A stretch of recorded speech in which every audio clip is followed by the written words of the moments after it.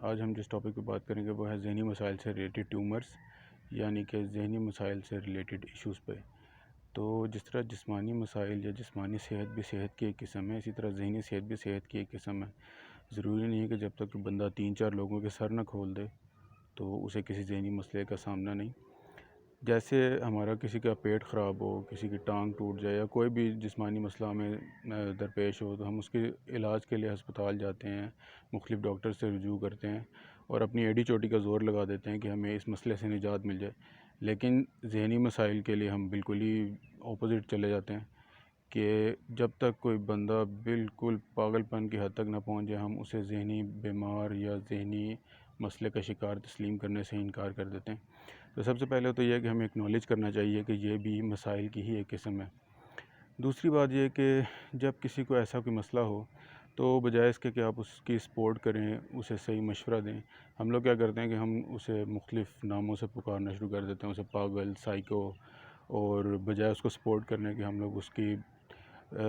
اس کو زیادہ tough time دینا شروع کر دیتے ہیں اور وہ اس وجہ سے اس کا مسئلہ جو ہے وہ زیادہ سے زیادہ ہوتا جاتا ہے۔ اس کی بھی یہی مثال ہے کہ جس طرح اگر آپ کی ٹانگ ٹوٹی ہوئی ہے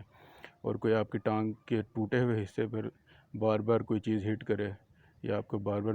وہیں مارنے کی کوشش کرے تو ظاہر آپ کو زیادہ درد ہوگا اور دوسرے لوگ بھی اس چیز کو کوئی پسندیدہ چیز نہیں سمجھیں گے۔ لیکن ذہنی مسائل کے بارے میں ہم لوگ جو کوئی ذہنی مسئلے کا شکار ہو اور اگر ہم کوئی لوگ اس کا ٹھٹھا لگا رہے ہیں، مذاق اڑا رہے ہیں تو ہم لوگ انہیں سپورٹ کرتے ہیں اور ہم انہی کے ساتھ شامل ہو جاتے ہیں۔ تو اس چیز کو بھی دیکھنے کی ضرورت ہے۔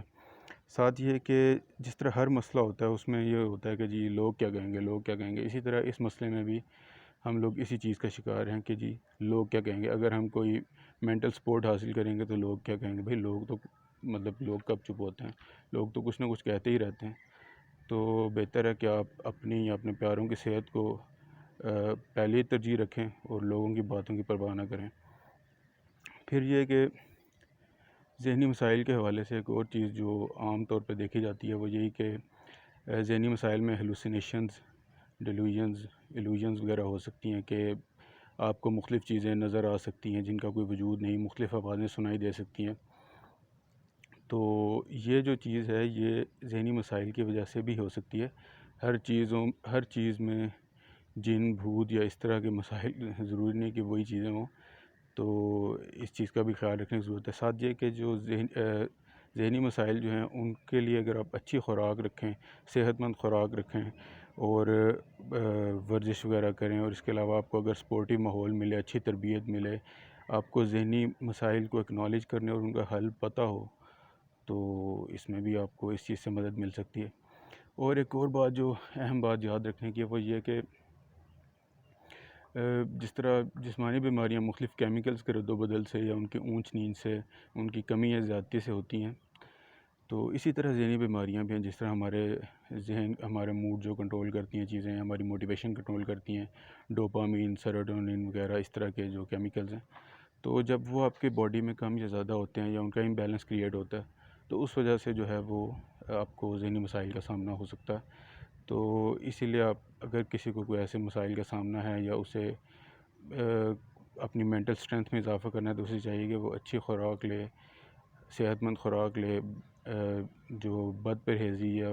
جس کو ہم عام طور پہ کہہ سکتے ہیں بد بلائیں، بیکری پروڈکٹس، مٹھائی، چکنائی، اس طرح کی چیزیں نہ کھائے، صحت مند خوراک کھائے جو اس کو ریکمینڈڈ ہے۔ پھر اس کے علاوہ ورزش کرے، اور اگر کسی کو کوئی خاص ذہنی مسئلہ ہے اس کے لیے اسے کوئی خاص دوائی یا خاص خوراک یا خاص قسم کی ورزشیں ریکمینڈڈ ہیں، ذہنی یا جسمانی ورزشوں میں سے کوئی بھی ورزش ہو سکتی ہے، تو اسے چاہیے کہ وہ ریکمینڈڈ طریقے سے وہ ورزشیں کرے۔ تو انشاءاللہ اس طریقے سے جو ہے وہ انشاءاللہ ذہنی مسائل پر بھی قابو پایا جا سکتا ہے۔ اور ان کی ایک تو یہ ہے کہ آپ ذہنی مسائل سے ویسے ہی بچے رہیں، اور اگر بالفرض کسی کو کوئی ایسا مسئلہ ہو جائے تو اس پہ بھی قابو پایا جا سکتا ہے اچھی علاج، اچھی صحت، اچھی ورزش، اچھی خوراک اور اس طرح کی ساری سپورٹیو ماحول کی وجہ سے۔ تو بس یہ آج کے لیے یہی کچھ تھا۔ بہت شکریہ۔